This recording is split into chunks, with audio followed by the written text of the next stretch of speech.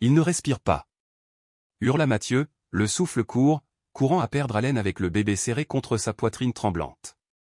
Ses bras le brûlaient, ses jambes menaçaient de céder à chaque pas, la sueur ruisselait sur son front, mais il refusait de ralentir. Gabriel pleurait encore, mais ses cris devenaient faibles, presque étouffés. La panique serrait la gorge de Mathieu comme un étau. Il le secoua doucement. Tiens bon, bébé, on est presque arrivé. Autour de lui, les passants continuaient leur chemin, l'air indifférent. Comme si personne ne voyait que cet enfant entre ses bras était en train de mourir. L'hôpital n'était plus très loin, quelques rues tout au plus, mais chaque mètre semblait peser des tonnes. Il avait l'impression de courir dans un rêve, ou un cauchemar, où les pas se font lourds et les cris restent sans écho. Et puis enfin, il vit l'entrée. Sans ralentir, il bouscula les portes à l'aide de son épaule et s'engouffra à l'intérieur. « J'ai besoin d'aide. » Il s'étouffe. Son cri déchira le silence, rebondissant sur les murs blancs de la salle d'accueil. Tous les regards se tournèrent vers lui, un gamin en loques, pieds nus, tenant un nourrisson rouge et presque inerte. Une infirmière bondit aussitôt de sa chaise. « Qu'est-ce qui s'est passé » demanda-t-elle en tendant les bras. Mathieu recula d'un pas. Il ne voulait pas le lâcher. Ce bébé, il l'avait arraché à la mort. Mais les mains de la femme étaient sûres, rapides, et douces malgré la tension. Il finit par le lui confier. Il était enfermé dans une voiture. Il allait mourir de chaleur. L'infirmière déposa Gabriel sur un brancard et partit en courant avec l'équipe d'urgence. Mathieu tenta de la suivre, mais un agent de sécurité barra la route. « Tu ne peux pas entrer là. »« Mais, c'est moi qui l'ai sauvé. » Il allait mourir, ce bébé. Un homme grand, vêtu d'une blouse blanche, apparut au bout du couloir. Son regard était dur, ses sourcils froncés, sa voix sèche. « Qu'est-ce qui se passe ici ?» Mathieu reconnut ce visage. C'était le père du bébé, le docteur Sébastien Acosta. Le médecin posa les yeux sur lui, détaillant ses habits sales, ses pieds nus, sa mine amaigrie. Puis il se tourna vers le vigile. « Laisse-le passer. » Mathieu resta pétrifié. Le docteur avait déjà disparu derrière les portes battantes. Le vigile haussa les épaules. « T'as de la chance, gamin. » Mais Mathieu ne répondit pas. Il avait le cœur en feu, les jambes en coton, les mains sales toujours tendues dans le vide. Il n'avait rien à faire ici, il le savait. Les hôpitaux n'étaient pas faits pour les enfants comme lui. Mais il restait là, incapable de bouger, comme poussé par une voix intérieure plus forte que sa peur. L'infirmière revint, et en le voyant, elle lui adressa un léger signe de tête. « C'est toi qui l'as amené ?» Mathieu hocha la tête et essuya son front trempé d'un revers de bras. « Oui. »« Comment l'as-tu trouvé ?» Il hésita. Parler aux adultes n'était jamais facile. Il l'écoutait rarement, et le croyait encore moins. La voiture était là, depuis ce matin. Je me suis approché. Il était dedans. Il s'étouffait. L'infirmière l'observa un instant, sans jugement, sans sourire non plus. Juste une présence. Tu lui as sauvé la vie. Mathieu baissa les yeux, haussa les épaules. C'est rien. La porte des urgences s'ouvrit brusquement. Le docteur Acosta réapparut, sa blouse humide, le visage tendu. « C'est toi qui l'as sorti ?» demanda-t-il en fixant Mathieu. Le garçon hocha la tête. « Comment tu t'appelles ?»« Mathieu. »« Où est-ce que tu l'as trouvé ?»« Dans une voiture. » Il était rouge. Il pleurait à peine. Il pouvait plus respirer. Sébastien ferma les yeux un instant, visiblement accablé.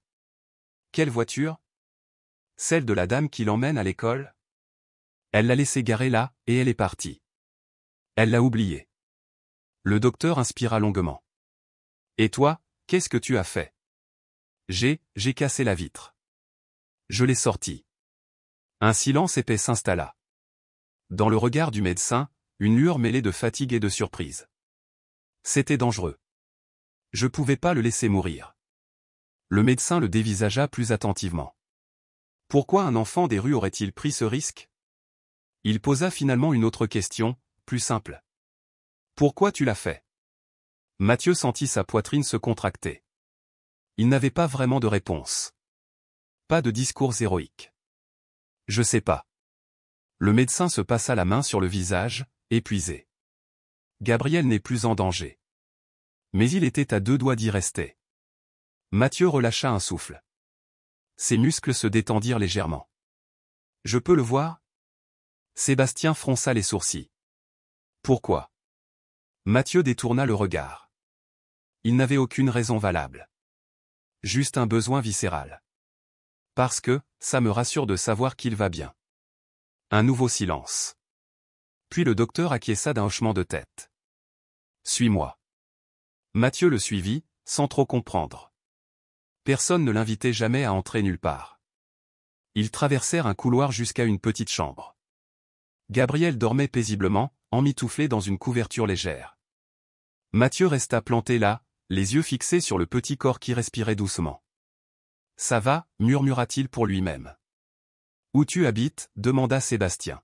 « Partout. »« Tu as faim » Mathieu leva les yeux, méfiant. Il répondit d'un ton neutre. « Un peu. » D'habitude, quand un adulte offrait à manger, il y avait un prix caché à payer. Mais cette fois, la voix du docteur n'avait rien de menaçant. Il le suivit dans le couloir, à pas prudents. Une pièce avec une table, quelques chaises. L'infirmière était là aussi. « Je vais lui chercher quelque chose » dit Sébastien. Mathieu resta debout, ne sachant s'il devait s'asseoir. Il se sentait comme un animal sauvage dans une cage inconnue. Peu après, le médecin revint avec une assiette de riz au poulet et un verre d'eau. « Mange. » Mathieu ne se fit pas prier. Il se jeta sur la nourriture comme s'il n'avait pas mangé depuis des jours. « Tranquille » lui dit le docteur en souriant. « Ça ne va pas s'envoler. » Mathieu ralentit un peu. Mais il savait trop bien que les repas gratuits étaient rares, et qu'on ne pouvait jamais être sûr du suivant. Le médecin s'assit en face de lui. « J'ai besoin que tu me dises quelque chose. »« Quoi? Pourquoi t'étais près de la voiture de Gabriel ?» Mathieu mastiqua encore un peu avant de répondre. « Je l'ai vu là, toute la journée. C'était bizarre. »« Et pourquoi t'en es approché ?» Il hésita. Il ne pouvait pas dire qu'il s'était caché pour observer la maison. « Parce que j'aime bien observer les choses. Et, quelqu'un m'a dit qu'il se passait quelque chose de pas normal là-bas. » Le docteur pinça les lèvres, sceptique mais calme. « Alors tu as brisé la vitre ?» Oui. Je pouvais pas le laisser. Le médecin inspira profondément. Ce que tu as fait était à la fois incroyable et dangereux. Mathieu haussa les épaules. La vie est dangereuse.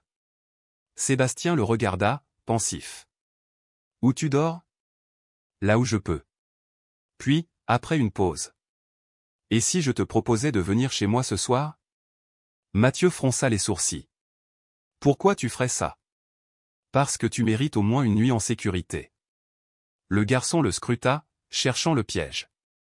Il n'en vit pas. Je peux y réfléchir? Bien sûr. Mathieu termina son assiette en silence, sans oser croire que, peut-être, sa vie venait de changer. Après le repas, l'atmosphère semblait presque paisible, comme si une trêve silencieuse avait été conclue entre deux mondes. Sébastien, toujours aussi méthodique, demanda à l'infirmière de trouver un t-shirt propre pour Mathieu. Ce dernier accepta sans discuter. Il entra dans la salle de bain et changea de vêtements, laissant derrière lui, avec ce simple geste, une infime trace de son passé rugueux. Quand il sortit, Sébastien s'était déjà éloigné, occupé à discuter avec d'autres médecins dans le couloir, son visage concentré, ses gestes précis.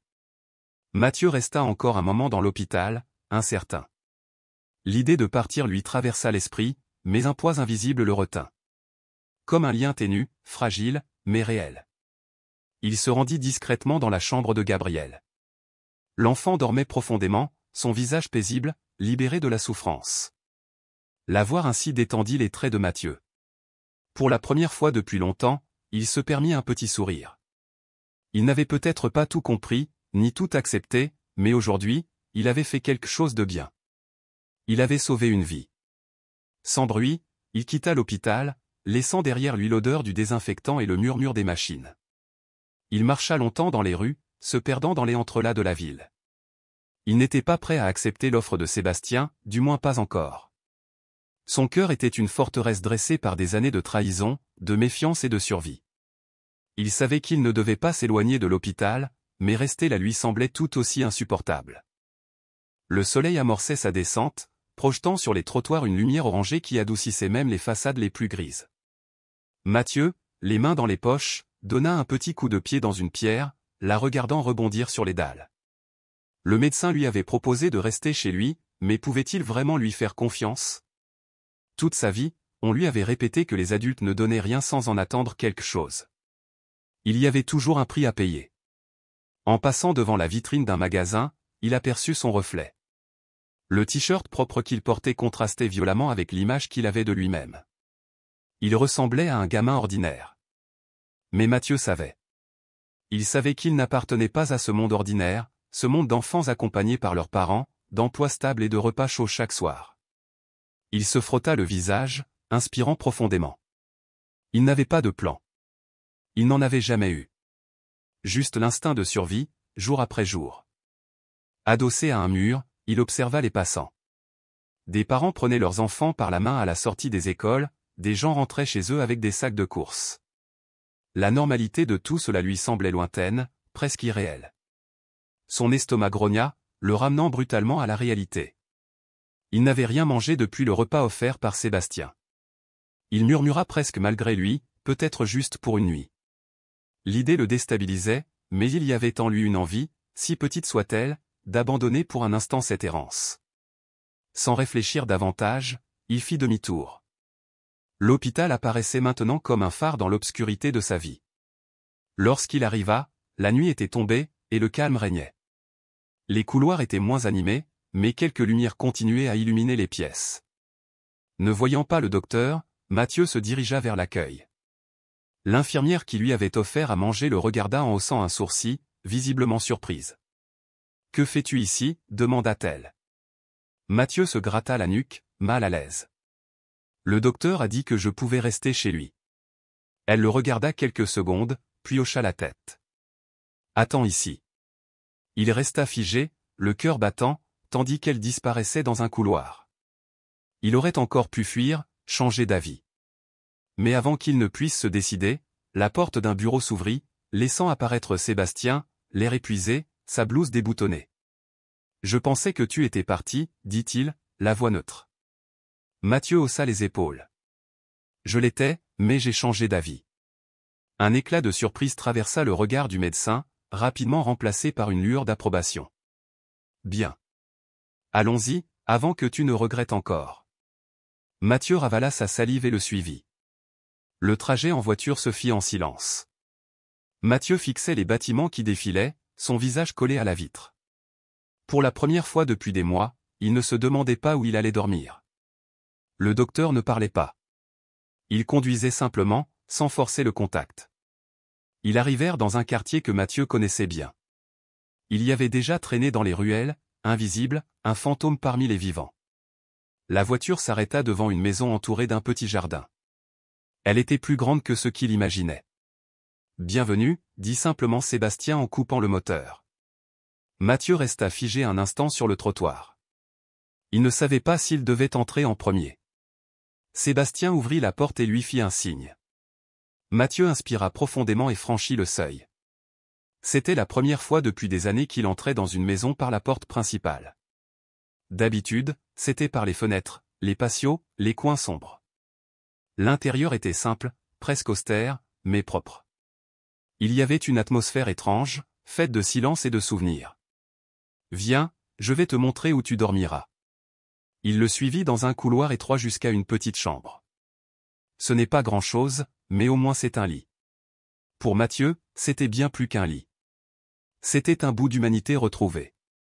Il s'approcha, passa la main sur la couverture douce. Il ne se souvenait même plus de la dernière fois qu'il avait dormi dans un vrai lit. Sébastien croisa les bras. « Demain, on ira te chercher des vêtements. » Mathieu le regarda avec une méfiance instinctive. « Tu n'es pas obligé. » Le médecin soupira. « Et toi, tu n'es pas obligé d'accepter. » Mais réfléchis. Mathieu s'assit lentement sur le matelas, sentant sous lui une douceur oubliée. Il ne répondit rien. Sébastien s'appuya sur le chambranle de la porte. « Repose-toi. On parlera demain. » Il quitta la pièce en fermant doucement la porte. Mathieu resta là, allongé, les yeux fixés sur le plafond.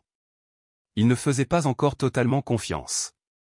Mais, pour la première fois depuis si longtemps, il n'avait pas besoin de dormir en gardant un œil ouvert. Au matin, ses yeux s'ouvrirent brusquement.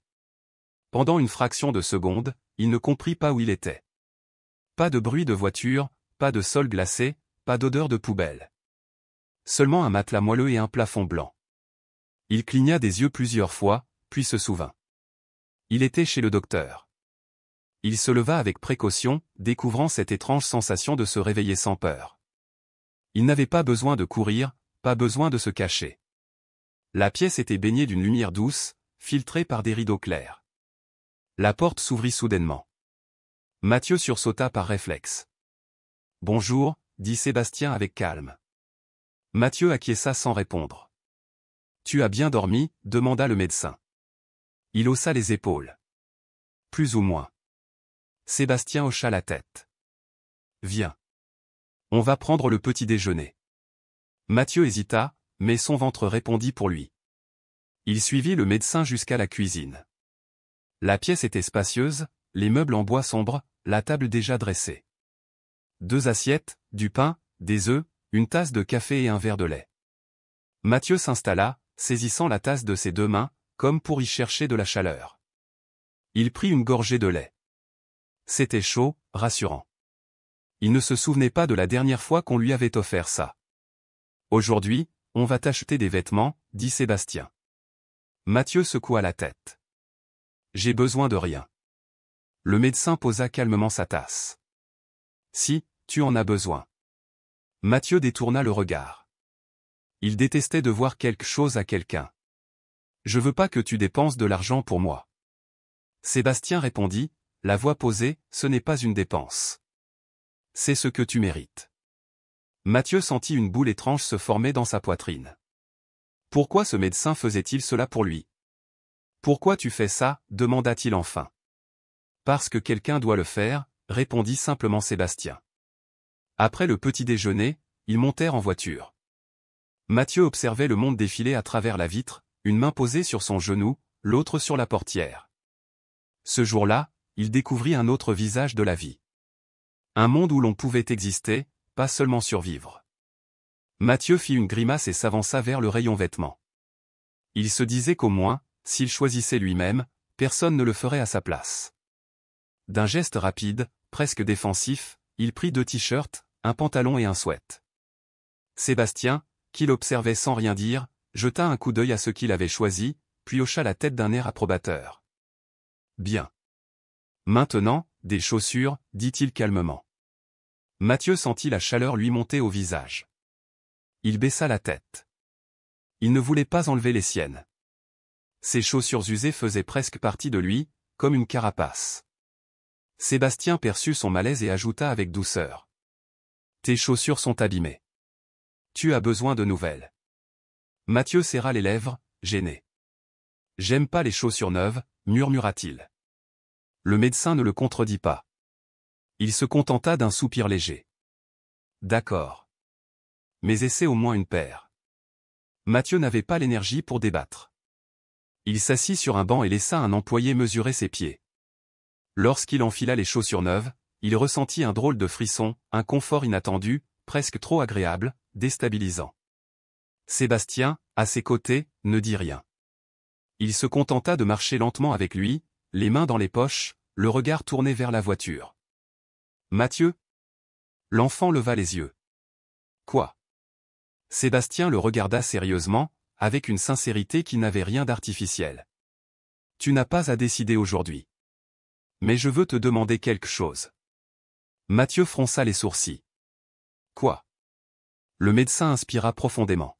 « Si tu le voulais, tu pourrais rester plus longtemps chez moi. » Le cœur de Mathieu fit un bond. Il resta figé. « Qu'est-ce que ça veut dire ?» balbutia-t-il. « Ça veut dire, des épaules où tu n'auras pas à retourner dans la rue. » « Tu ne veux pas de ça, Mathieu ?» L'enfant serra contre lui le sac contenant ses vêtements neufs. Il ne s'attendait pas à ça. Sa vie avait toujours été un puzzle cassé, un jour à la fois, sans lendemain assuré. Et là, quelqu'un lui offrait une forme de continuité, de stabilité. Il ne répondit pas. Il hocha simplement la tête. Il ne savait pas ce qui allait se passer ensuite, mais pour la première fois, il n'avait pas peur de le découvrir. L'après-midi tomba comme un rideau de velours. Sébastien prépara un repas simple, une soupe chaude, du pain et quelques tranches de jambon. Mathieu s'assit à table, silencieux. Il n'était pas encore habitué à manger tous les jours, encore moins à partager un repas avec quelqu'un. Et surtout, pas avec quelqu'un qui ne le pressait pas, ne le jugeait pas, ne lui arrachait pas des confidences à la force. Demain, j'ai une longue garde, dit Sébastien en débarrassant les assiettes. Mais je vais te préparer le petit déjeuner et le déjeuner. Il ajouta en souriant. Camilla passera ici, voir comment tu vas. Mathieu leva à peine les yeux. L'infirmière, demanda-t-il. Oui. Je lui fais confiance, répondit Sébastien. Mathieu ne dit rien. Il n'aimait pas être seul, mais il ne savait pas comment exprimer ce sentiment sans paraître faible. Et Gabrielle, demanda-t-il soudain. Elle va rester avec sa sœur. Je veux qu'elle passe une journée tranquille, sans bouger. Elle récupère encore. Est-ce que je peux le voir, ce soir? Sébastien parut surpris, mais heureux. Bien sûr. Il dort, mais tu peux y aller. Ils montèrent ensemble les escaliers. La chambre du bébé était baignée d'une lumière douce. Une petite veilleuse diffusait une lueur tiède. Des peluches veillaient sur les meubles comme de silencieux gardiens. Gabrielle dormait paisiblement, ses petites mains repliées, sa respiration calme et régulière. Mathieu s'approcha lentement et se pencha sur le berceau. Il resta debout, sans bruit, observant longuement le visage du bébé. Il n'a pas l'air si fragile, murmura-t-il. Sébastien, depuis la porte, répondit à voix basse. Mais il l'était. Et toi, tu es arrivé juste à temps. Mathieu déglutit avec peine. Il n'était pas habitué aux compliments. N'importe qui aurait agi. Non, coupa Sébastien. La plupart ne se seraient même pas arrêtés. Mathieu ne sut que répondre. Ils sortirent de la chambre et redescendirent sans un mot. Dans la pièce qui lui avait été donnée, Mathieu enfila ses nouveaux vêtements. Le tissu propre lui faisait une drôle d'impression. Il avait l'impression de porter le corps d'un autre. Il s'assit sur le lit, regarda ses pieds. Il ne savait pas quoi faire de tout ce silence. Cette tranquillité lui faisait presque aussi mal que la violence des rues, parce qu'il ne la connaissait pas. On frappa doucement à la porte. « Ça va ?» demanda Sébastien depuis l'extérieur. « Oui. »« Alors repose-toi. »« Bonne nuit. »« Bonne nuit, docteur. » Mathieu s'allongea, ferma les yeux. Il pensa à la journée, au magasin, au bébé, à la soupe chaude. Il pensa à sa vie d'avant, les ruelles sombres, les bagarres pour un bout de pain, la solitude. Peut-être que ça ne durerait pas éternellement, se dit-il. Mais même si ça ne durait qu'un peu, cela en vaudrait la peine. Il dormit profondément cette nuit-là. Sans sursaut. Sans cauchemar. Au matin, Mathieu se réveilla lentement, ébloui par la lumière douce qui traversait la fenêtre. Il resta un moment dans le lit, à observer le plafond. Il était toujours là. Ce n'était pas un rêve. Il sortit de la chambre, pieds nus, et se dirigea vers la cuisine. Sur la table, une assiette l'attendait, recouverte d'un mot. « Prends ton temps pour le petit déjeuner. Je reviendrai ce soir. Camilla passera à 10 heures. » Mathieu lut le mot plusieurs fois. Quelqu'un avait pensé à lui. Quelqu'un avait pris la peine de lui écrire un mot. Il souleva l'assiette, mangea lentement. Le pain était frais. Il y avait du jus dans le frigo.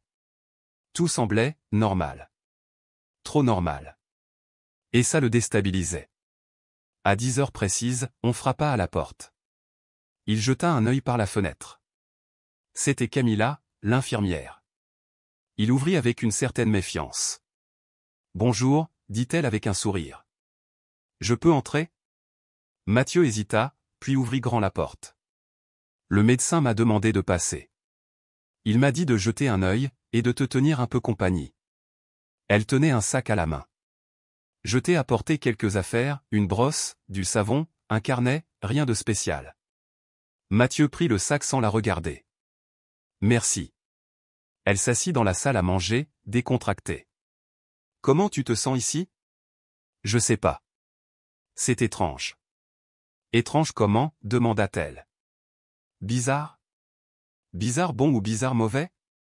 Mathieu haussa les épaules. Camilla n'insista pas. Elle sourit. C'est normal. Tu t'habitues à une autre vie. C'est comme débarquer sur une autre planète. Mathieu esquissa une petite grimace. Un peu. Et tu vas faire quoi aujourd'hui? Je sais pas.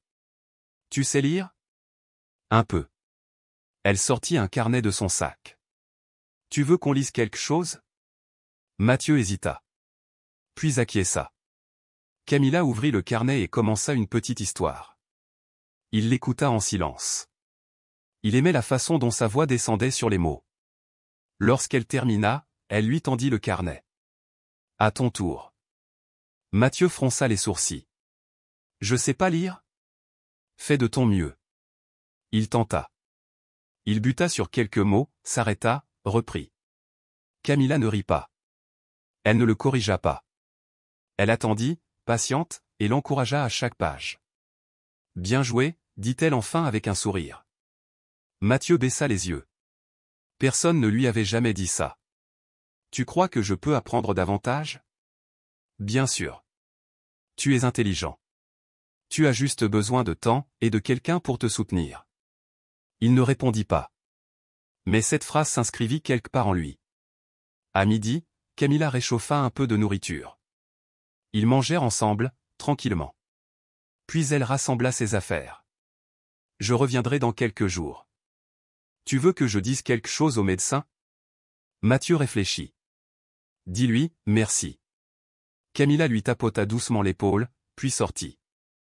Il resta seul, mais cette fois, il ne se sentait plus seul. Il marcha dans la maison, découvrant les pièces avec prudence. Il s'arrêta devant une porte fermée. Il l'ouvrit lentement. C'était une autre chambre. Les murs portaient des photos d'une femme. Des vêtements étaient suspendus dans le placard. Des livres bien rangés sur une étagère. Tout semblait intact.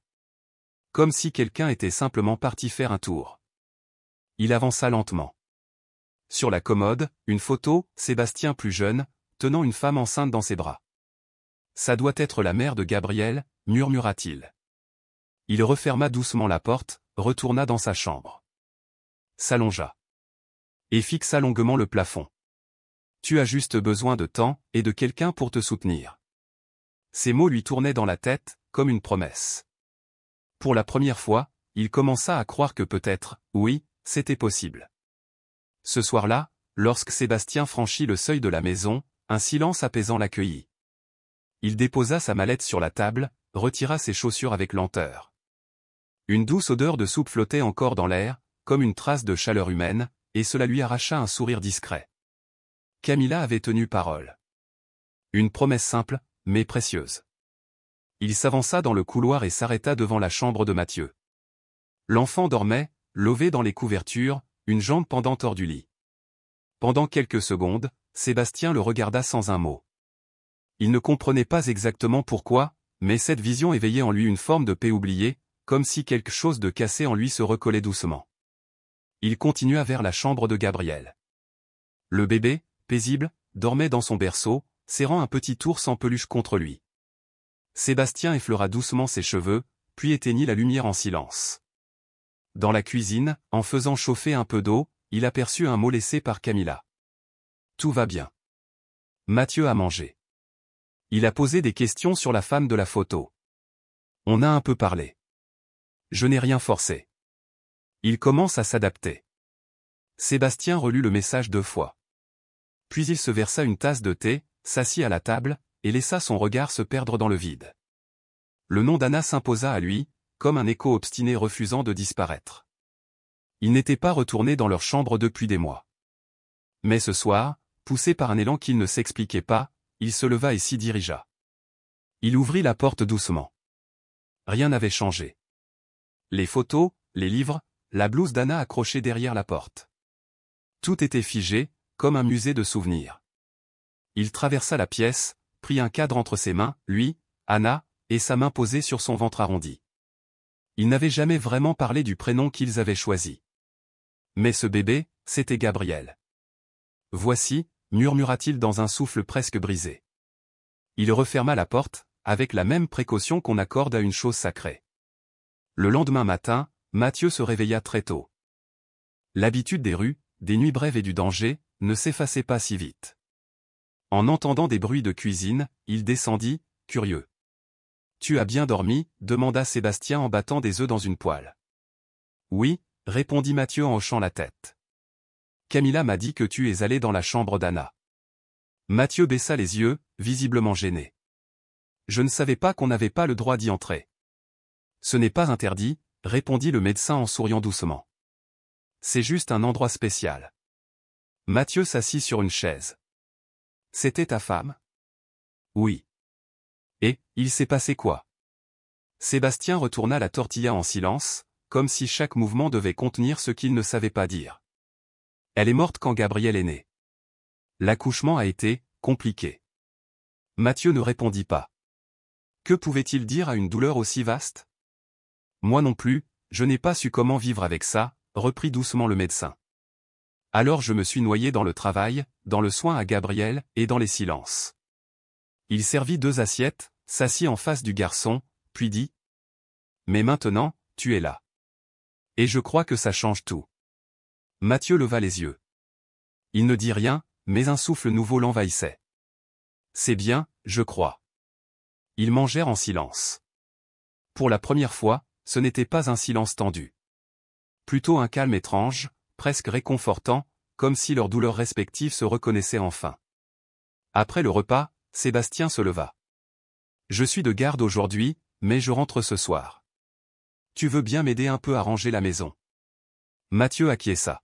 « Et je peux voir Gabriel plus tard ?» « Bien sûr, » répondit Sébastien avec chaleur. Avant de sortir, il s'arrêta sur le seuil, tourna la tête et dit « Je suis content que tu sois revenu. » Plus tard dans la journée, Mathieu entra dans la chambre du bébé. Gabriel était réveillé, tapotant un jouet du bout des doigts. Mathieu s'approcha doucement et posa les bras sur le rebord du berceau. « Alors, comment tu vas ce matin » murmura-t-il. Gabriel gazouilla, et leva les bras. Mathieu le prit dans ses bras, avec une tendresse maladroite mais sincère. Il s'assit sur le tapis, le bébé posé sur ses genoux. Bien qu'il n'ait ni frère, ni sœur, ni aucune expérience avec des enfants, quelque chose chez ce petit garçon lui semblait étrangement familier. Comme s'il le connaissait depuis toujours. Pendant 1 heure, il lui parla du monde extérieur, des voitures, des gens qui passent, du ciel qui change de couleur. Gabriel l'écoutait, fasciné. Quand il le reposa dans le berceau, Mathieu descendit préparer un encas simple, du pain, du fromage, un peu de jus. Il mangea seul, mais pour la première fois, ne se sentit pas seul. Dans l'après-midi, la sonnette retentit. Il alla ouvrir, et découvrit une femme d'environ 50 ans. Elle avait les cheveux tirés et un regard sérieux. « Tu es Mathieu ? » « Oui. » répondit-il, méfiant. « Je suis Laura, la sœur de Sébastien. Je viens voir Gabriel. »« Il dort ? » ?»« Parfait. Je vais attendre. »« Sébastien est là. »« Non, il est à l'hôpital. » Elle entra sans même demander la permission, comme si la maison lui appartenait. Elle regarda autour d'elle, scrutant chaque détail. Puis elle s'assit sur le canapé. « Donc c'est toi, le garçon dont mon frère parle tant. » Mathieu se raidit. Il ne savait pas si c'était bon signe. « Je suppose, » répondit-il. « Et que fais-tu ici ? » « Je reste quelques jours. »« Et tu viens d'où ? » ?»« De la rue. » Elle hocha la tête comme si elle le savait déjà.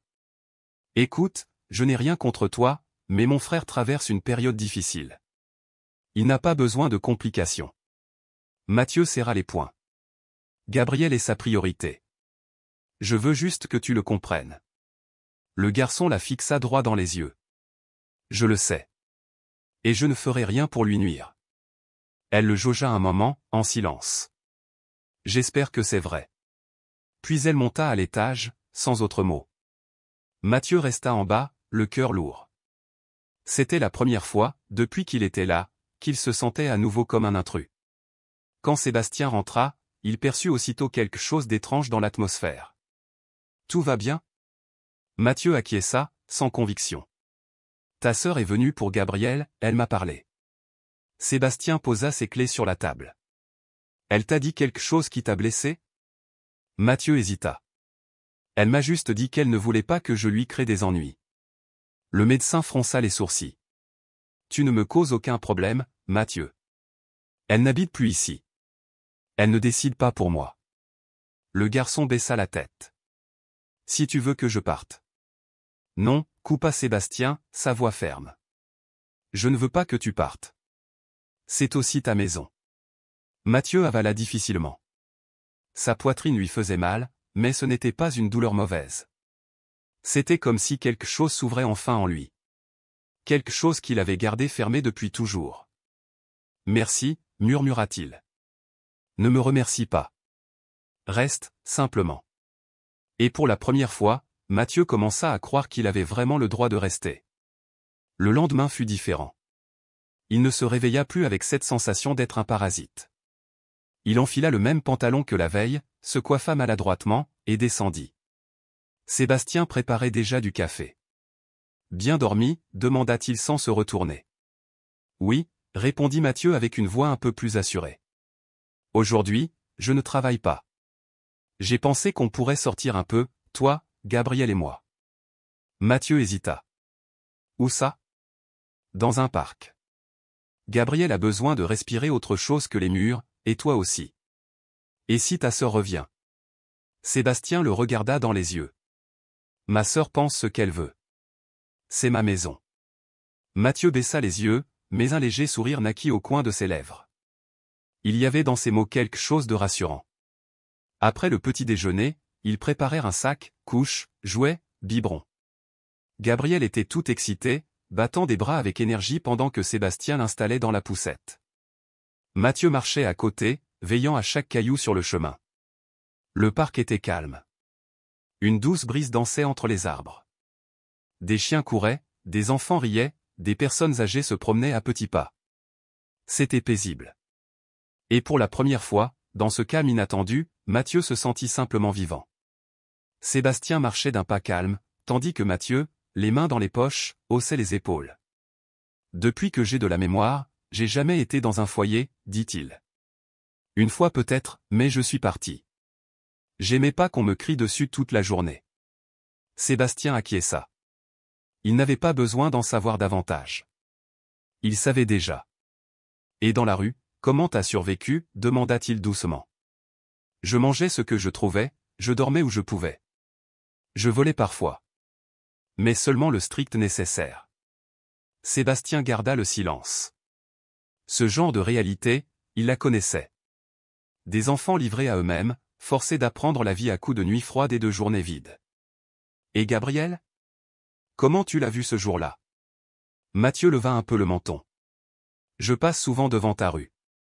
J'aime bien ta maison, elle est propre, avec des plantes partout. Parfois, je m'assois à l'ombre de l'arbre, en face de l'école, et je les regarde monter dans la camionnette. Tu nous observais, demanda Sébastien avec douceur. Mathieu acquiesça, sans honte. C'était pas de la curiosité. J'aimais bien imaginer ce que ça ferait, d'avoir ça. Sébastien inspira profondément. Il posa une main sur l'épaule du garçon et le regarda droit dans les yeux. Ce jour-là, tu lui as sauvé la vie, Mathieu. Si tu n'avais pas été là. Il s'arrêta, la gorge serrée. Tu as fait ce que beaucoup d'adultes n'auraient pas osé faire. Mathieu resta muet. Personne ne lui avait jamais dit ça. Il n'avait même jamais pensé que ce qu'il avait fait méritait quelque chose. Ils continuèrent de marcher, Gabriel dormait paisiblement dans la poussette. Tu sais lire, demanda Sébastien, changeant de sujet. Plus ou moins. Camilla m'a lu un truc l'autre jour, j'ai bien aimé. Peut-être qu'on pourrait t'inscrire à l'école. Pas tout de suite, mais bientôt. Mathieu le regarda, surpris. Sérieusement? Bien sûr. Tu as le droit d'étudier. D'avoir une vie différente. Et si je suis nul? Si j'y arrive pas? Alors tu apprendras. Tout le monde commence quelque part. Mathieu ne répondit pas, mais en lui naquit une pensée nouvelle. Une idée fragile, mais tenace, peut-être qu'il pouvait être quelqu'un. Peut-être qu'une autre vie existait. De retour à la maison, Gabriel dormait toujours. Sébastien le porta doucement jusqu'à son berceau. Mathieu, lui, resta seul dans le salon, les pensées en tumulte. Il s'assit sur le canapé, les jambes repliées, et regarda par la fenêtre. Le soleil déclinait, teintant les murs d'une lumière dorée. Et pour la première fois, il ne se sentait plus comme un enfant des rues. Pas ce soir-là. Il avait l'impression d'avoir franchi une porte invisible. Quelques minutes plus tard, Sébastien redescendit, visiblement fatigué, et s'installa sur le canapé d'en face. Il dort. Sans rouspéter. Il aime quand tu le portes. J'essaie, mais il pleure. C'est normal. Mais parfois, il te regarde comme si tu faisais déjà partie de lui. Mathieu baissa les yeux, sans savoir quoi répondre. Ces mots-là, il ne les avait jamais entendus. Sébastien s'étira, puis devint plus sérieux. Je dois te poser une question. Mathieu releva la tête. Qu'est-ce que tu veux faire de ta vie? Le garçon fronça les sourcils. Faire? Je sais pas.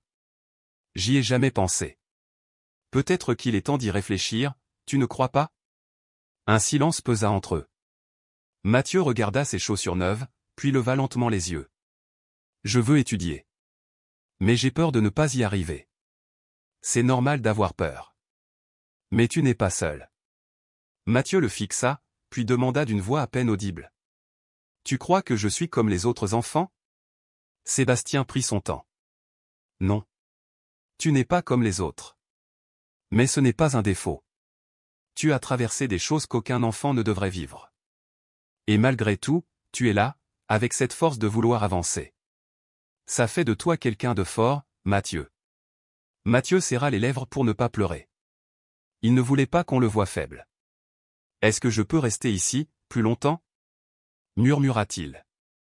Tu peux rester autant que tu veux. Ici, c'est chez toi aussi.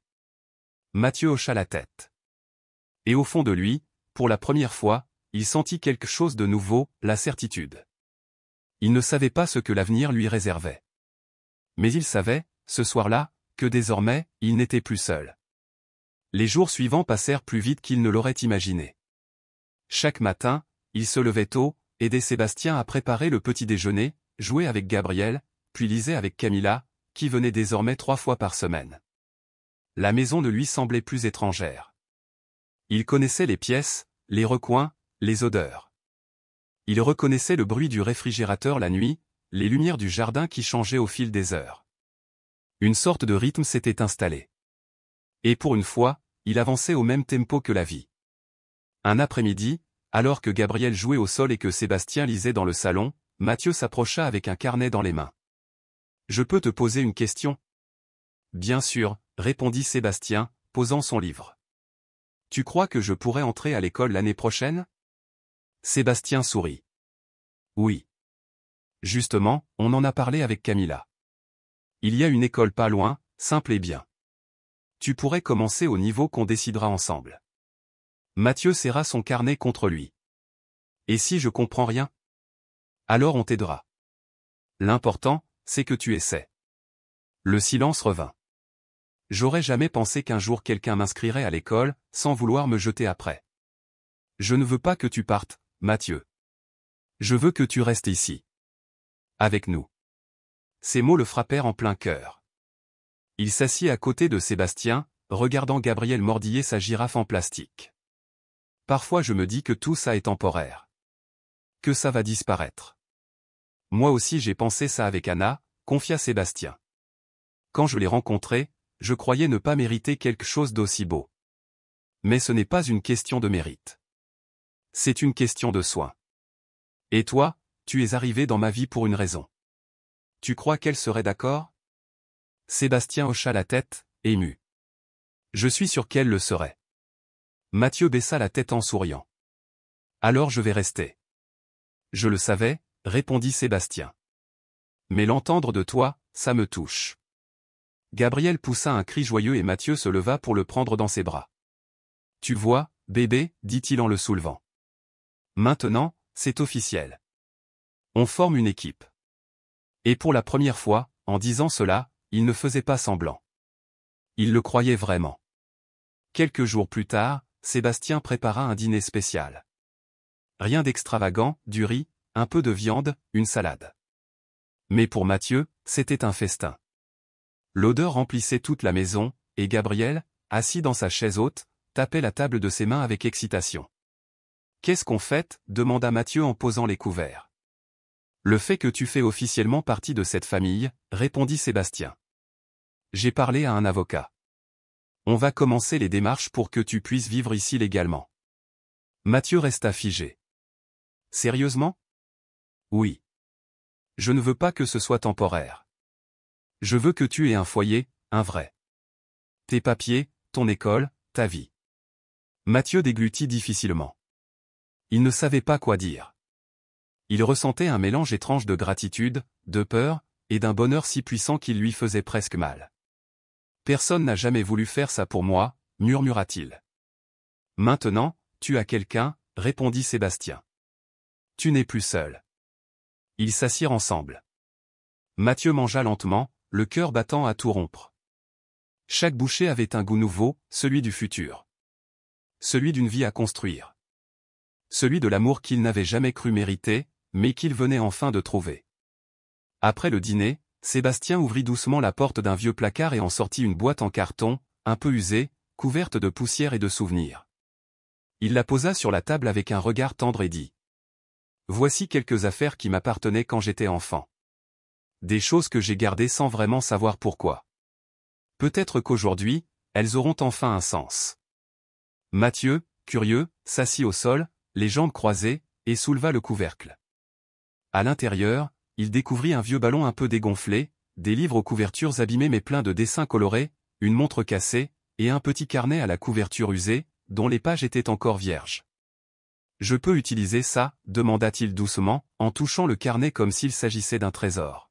« Tout ce qui est là t'appartient aussi, maintenant » répondit Sébastien en souriant. Mathieu prit le carnet, fouilla dans le tiroir et attrapa un crayon. « Et si je commençais à écrire mon histoire ? » murmura-t-il. « Ça me semble parfait » répondit Sébastien. « Mais tu sais, depuis qu'on s'est rencontrés. L'avant, peut-être qu'il vaut mieux le laisser de côté pour un moment. C'est moi qui choisis par où commencer, pas vrai ? » Sébastien acquiesça, respectueux. À ce moment-là, Gabriel, comme s'il comprenait ce qui se jouait, rampa maladroitement jusqu'à Mathieu et posa sa petite tête contre sa jambe. L'adolescent baissa les yeux, puis sourit avec une douceur rare. « Lui, il m'a choisi dès le premier jour, n'est-ce pas ? » « Je dirais que vous vous êtes choisis mutuellement, » répondit Sébastien. Mathieu regarda successivement le carnet, Gabriel et Sébastien. C'est là qu'il comprit. Son histoire n'était plus celle d'un enfant errant, perdu, survivant au jour le jour dans les rues froides. C'était maintenant l'histoire d'un enfant qui, sans s'y attendre, avait trouvé un foyer. Et une famille. 1 an plus tard, la maison ne ressemblait plus à celle du début. Des dessins colorés étaient accrochés au réfrigérateur, un petit sac à dos traînait près de la porte d'entrée, des jouets en plastique parsemaient le sol comme autant de souvenirs vivants. Sur la table, on trouvait des livres d'école primaire, des feuilles d'exercice et quelques crayons mâchouillés. Gabriel marchait dans le couloir, titubant comme un petit explorateur, un doudou dans une main.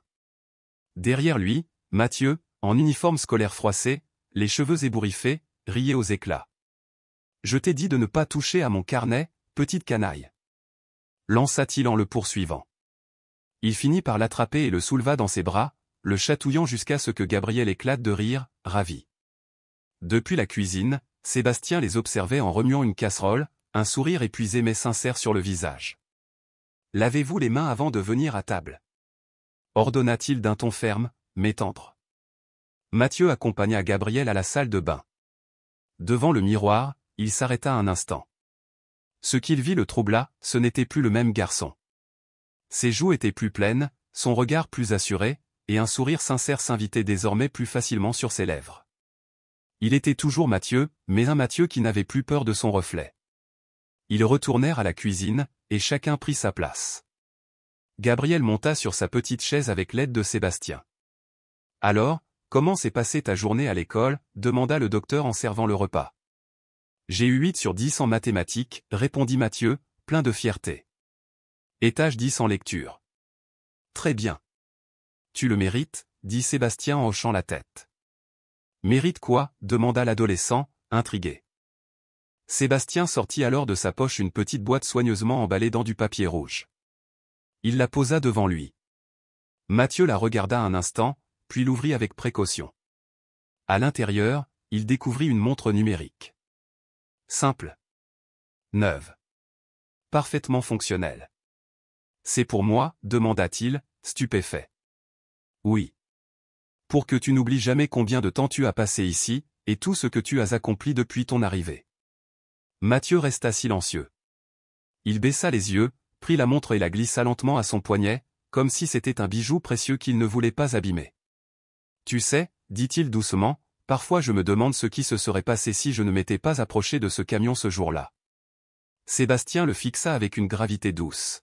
« Et moi, parfois, je pense à ce qui aurait pu arriver si tu n'étais pas entré dans cet hôpital, Gabriel dans les bras. » Ils se regardèrent quelques secondes. Puis Mathieu sourit. Peut-être qu'on se serait raté. Peut-être qu'on aurait continué à vivre séparément, sans jamais se croiser. Peut-être, admit Sébastien. Mais ce n'est pas ce qui s'est passé. On s'est trouvé. Et ça, c'est ce qui a tout changé. À ce moment-là, Gabriel renversa son verre d'eau et, sans se démonter, applaudit comme s'il venait de faire un tour de magie. Les deux autres éclatèrent de rire. Mathieu attrapa une serviette et épongea la table. « Tu sais, Doc, maintenant je suis sûr de la fin de cette histoire. » Sébastien leva les yeux, curieux. « Ah oui? Et comment elle se termine ?» Mathieu haussa les épaules avec un sourire tranquille. « Elle ne se termine pas. Elle continue. Chaque jour, on écrit une nouvelle page. Ensemble. » Sébastien acquiesça. Gabriel, dans un langage qui n'appartenait qu'à lui, lança une phrase incompréhensible mais pleine de joie. Et tous les trois éclatèrent de rire, dans une cuisine remplie de vie, de bruit, de désordre et de chaleur humaine. Ainsi, cette histoire, qui avait commencé par un cri de détresse lancé dans l'indifférence d'un monde trop dur, s'était transformée en une existence pleine, tissée d'amour, de secondes chances et de liens inattendus. Si cette histoire a touché ton cœur autant qu'elle a touché le nôtre en la racontant, laisse un commentaire ci-dessous. Dis-nous quel moment t'a le plus ému ou quel personnage t'a le plus parlé. Mets un j'aime si tu crois, toi aussi, que chacun mérite une seconde chance comme Mathieu. Et partage cette vidéo avec quelqu'un qui a besoin de croire à nouveau en l'espoir. Et si tu aimes les récits profonds, vrais et remplis d'émotions, abonne-toi à cette chaîne pour ne rater aucune de nos prochaines histoires. Chaque vidéo ici est faite avec le cœur. Dis-nous dans les commentaires depuis quel pays tu regardes, cela nous touche énormément de savoir jusqu'où ces histoires résonnent.